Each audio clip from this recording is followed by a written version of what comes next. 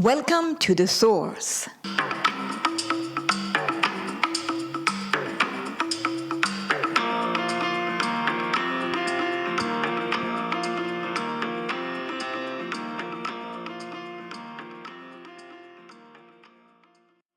Happy World Indigenous People Day.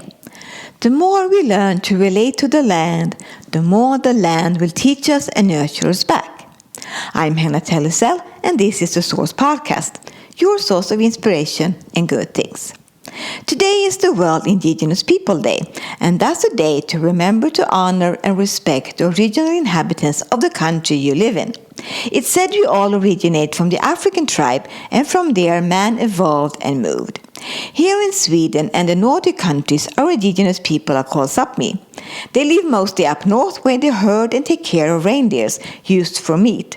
They have their own traditional clothing and culture with a special kind of chanting called joik and their own local government. The Sapmi people also have a seat in our House of Representatives and are among the tribes recognized as original inhabitants. In Hawaii, the indigenous people are called Kanaka Maoli, which seen in combination with all the islands of the Pacific becomes Pacific Islanders. In Hawaii, it's often important to be able to trace your bloodline to be fully upheld as a Kanaka Maoli.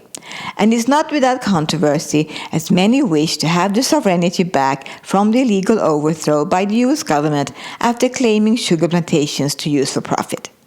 If you're simply local and respect and live according to Hawaiian values with aloha, you can call yourself a kama'aina, which means to be a child of the land, and is part of the very inspiration for my last name, Telluselle, that I wish to stand for a brand with indigenous values, regardless of one's ethnicity. And then there are, of course, numerous of tribes, both in North America, in the United States and Canada, as well as South America, Australia, and New Zealand.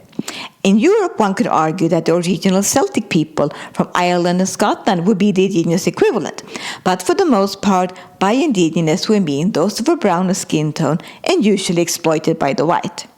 According to the United Nations, about 6.2% of the world population is indigenous. As someone fascinated early by shamanism, it became what brought me to study some of the indigenous ways. First to literature like Carlos Castaneda and Lynn Andrews, and then Sandra Ingman.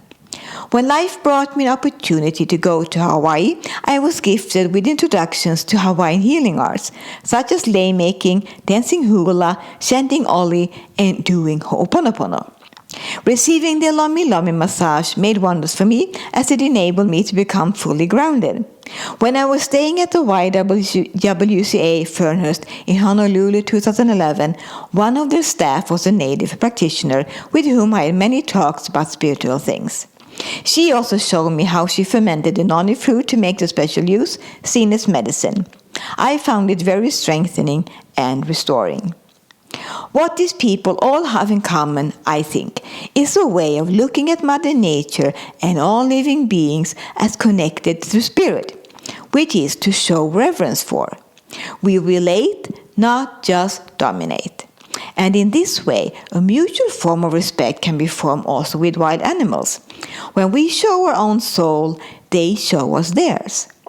Another thing in common is, of course, the white man's exploitation. It's through the chase for profit, often based on indigenous culture, crafts, and resources, many lose their own financial stability due to the unfair inequalities emerging through the raised prices due to tourism or agriculture at scale, for example. When it comes to indigenous practices, it's important to not be culturally appropriating them. We can learn, practice, and study alongside them, but not neither earn money nor assume teaching without proper protocol.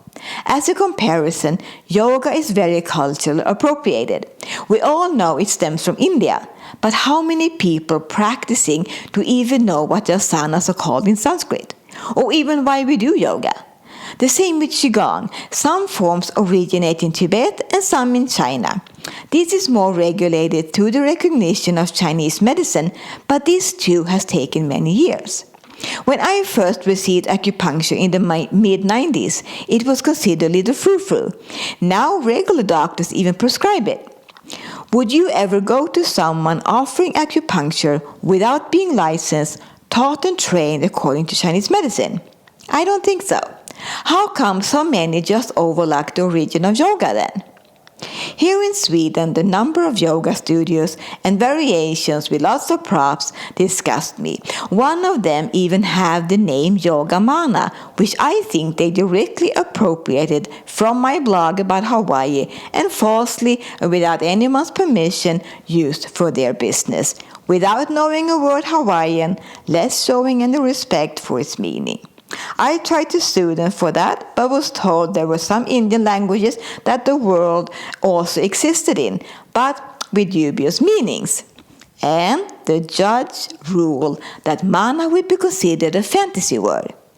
I would have to say I expected far more respect from Sweden than that, but apparently not, if you're not a blonde, ironically. This, however, will not be the case at Telluselle Living Center, would I be able to build it. At Telluselle Living Center, my plan is to offer classes with only initiated teachers according to each tradition. The next episode of the Source Podcast drops on August 18th for the first day of school to inspire us that we can always learn something new. Tune in on August 18th to honor your inner student. Thanks for listening. Please rate, review, and subscribe for more life coaching tips. And remember, care about yourself, others, and Earth. Aloha!